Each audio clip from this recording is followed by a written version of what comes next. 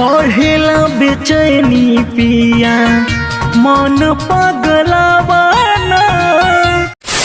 हाल बा भाई लोग, आज फिर से हम बात करे वाली बानी भोजपुरी इंडस्ट्री के कुछ कलाकारों के बारे में, जिनका वीडियो आजकल खूब वायरल तो नहीं हो रहा लेकिन खूब बेकार वीडियो आ रहा है। मतलब उन सब का गंदा गंदा सॉन्ग आ रहा है। इसी के साथ मैं अपना बकचोदी स्टार्ट करता हूँ। तो भाई लोग बगैर कोनो लड़ा सुन के ना आप लोग वीडियो देखिए।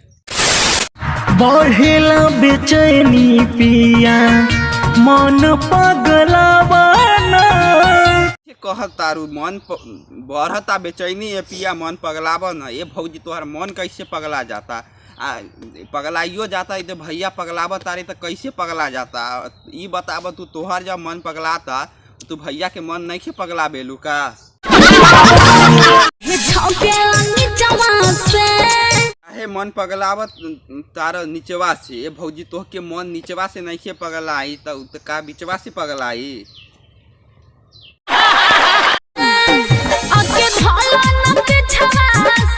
धरला पिछवा से साला, ई समझ में हमके नहीं आवता भौजी तू पिछवा से काहेला धरे के कह तारू? वो पिछवा से ध के तोह के का करी? कुछ करी की का?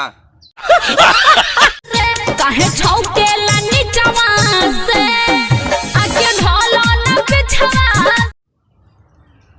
काहे छौक तारा पिछवा से आके धोल न? मतलब काहे छौक तारा निचवा से आ भैया से कह तारी कि आके धोल न पिछवा से? ए भौजी निचवा से का छौकता हमके ई समझ में नहीं आवता। आ तू काहे कह तारू पिछवा से धरेला? पिछवा में तोर कुछ रखल बा का? सब हमार वीडियो अच्छा लागल होखी तो रउआ सब बेगर लाइक कर नहीं जाई। चैनल के सब्सक्राइब जरूर करके बेल आइकन दबा ली ताकि हमारे ऐसे ही न्यू वीडियो आप तक भाई साहब सबसे पहले पहुँचे। तब तक के लिए भाई साहब बाय।